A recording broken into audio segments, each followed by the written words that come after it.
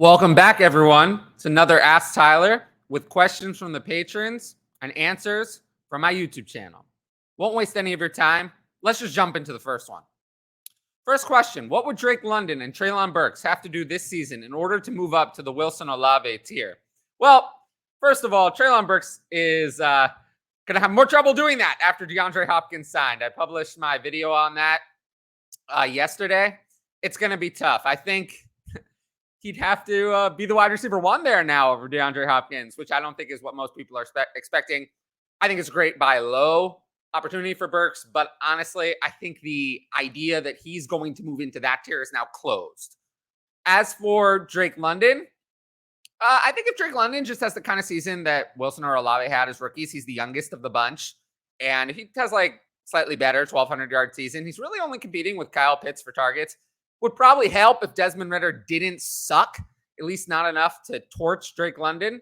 But yeah, he just finished as a wide receiver one, I think, would be what he'd need to do. In terms of this one, do you expect Kyler to be back to play this season? If so, what week will you guess he'll likely return?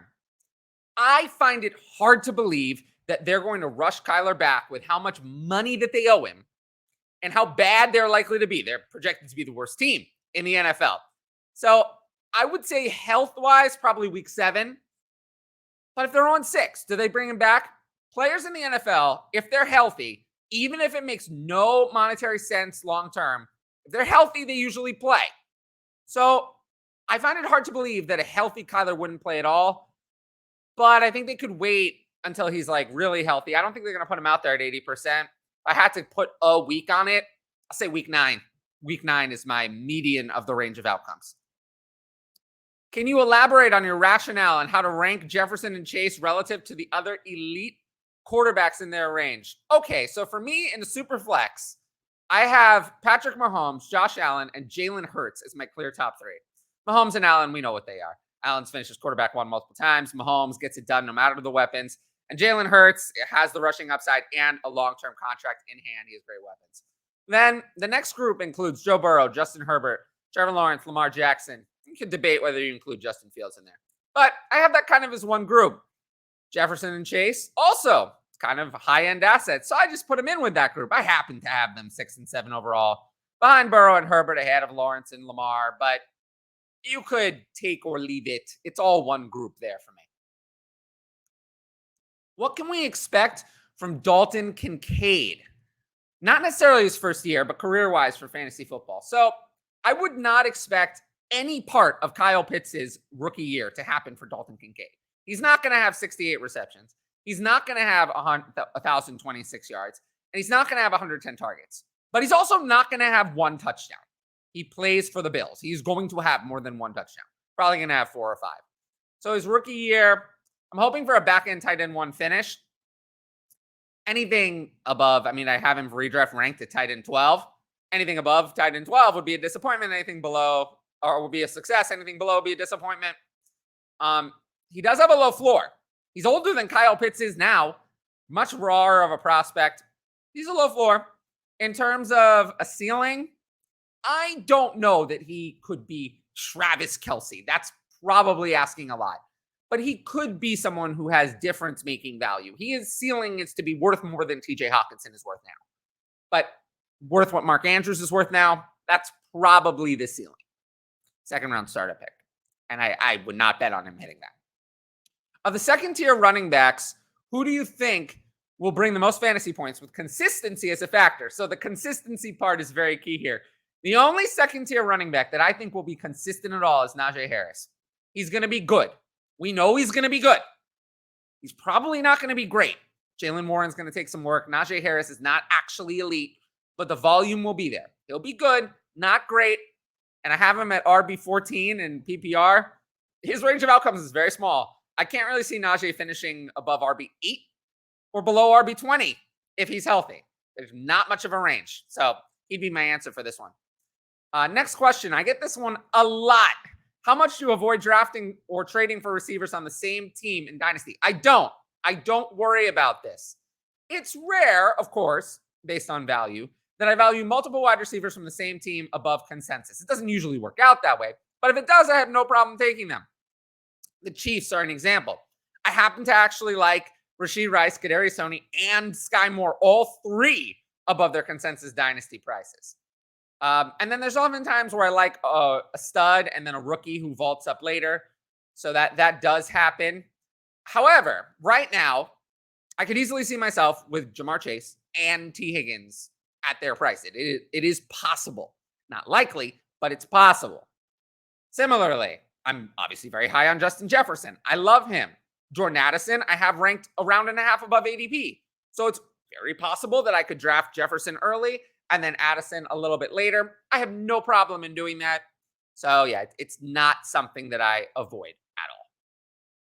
Kind of a similar question that I asked once before, but who's a player you think by end of season people have revisionist history on? I love this question. For example, a guy people hated but has become elite and the community will suddenly act like they always knew he was going to be great. Drake London can fall into this category, but can you think of any others? Honestly, I don't think Drake London was someone people thought was bad. Quentin Johnston is the one from this year. People will say that they thought he was good all along. Devon A-Chain, people dismiss him because of his size. If he's good, people will conveniently forget that they did that. The old story is Jalen Waddle. People dismiss Jalen Waddle because of his profile. Now they say he was always good. When they're redoing that draft class, they always move him higher in their redo of what they thought the class was than what he really went. Devonta Smith, same thing. So a little bit of revisionist history on those two because of their size. I think now we see that it's not an impediment. But it happens all the time. Quentin Johnston would be top of my list for that. And then this one, a new question after the DeAndre Hopkins signing in Tennessee. I did cover this on my video. Does Burks suffer a drop in target share that is all significant now that Hopkins is in Nashville? I think he still keeps a 25% share. I do think a little bit of the ceiling is gone. I moved Treylon Burks down a tier and down about 20 spots in redraft. He's down to wide receiver 36. There is a range of outcomes in which DeAndre Hopkins remains his old self and Treylon Burks is mostly irrelevant. I have it a little differently. I have DeAndre Hopkins at wide receiver 26 in redraft, Burks at 36. It's kind of a hedge. Chigakonkwo, I moved down to tight end 14, but down a tier. It's tough because I think that they're all still good. DeAndre Hopkins was still good last year. Treylon Burks showed that he's good. He didn't become bad when DeAndre Hopkins signed. And Chigakonkwo, I mean, his per route numbers show that he was one of the best tight ends in the league, let alone as a rookie. So in Dynasty, Treylon Burks and Chigakonkwo are good players. They didn't become bad when DeAndre Hopkins signed. But it is difficult unless Ryan Tannehill bounces back or becomes a passer he's never seen or never been, or Will Levis comes in and is like lights the world on fire. It is difficult to have all of these players succeed. That is probably not going to happen. So either Treylon Burks and Chigakonkwo or one or the other has to be better than you expected. DeAndre Hopkins is not going to be wide receiver 1, which is kind of what I'm betting on. I think I moved Chigakonkwo down around with everyone else. DeAndre Hopkins, I think I probably have lower, and Treylon Burks, I probably have higher. But that's what I had before. I will say it does make it harder for Treylon Burks to jump into that elite tier. The target share is just not going to be there to go all the way up there. If you like this video, make sure to like, comment, subscribe, and hit the notifications bell. That's the best way you can support the YouTube channel via the algorithm. If you want to ask questions for a future show, sign up for the Patreon. It's in the link, both at the top right and in the description of this show.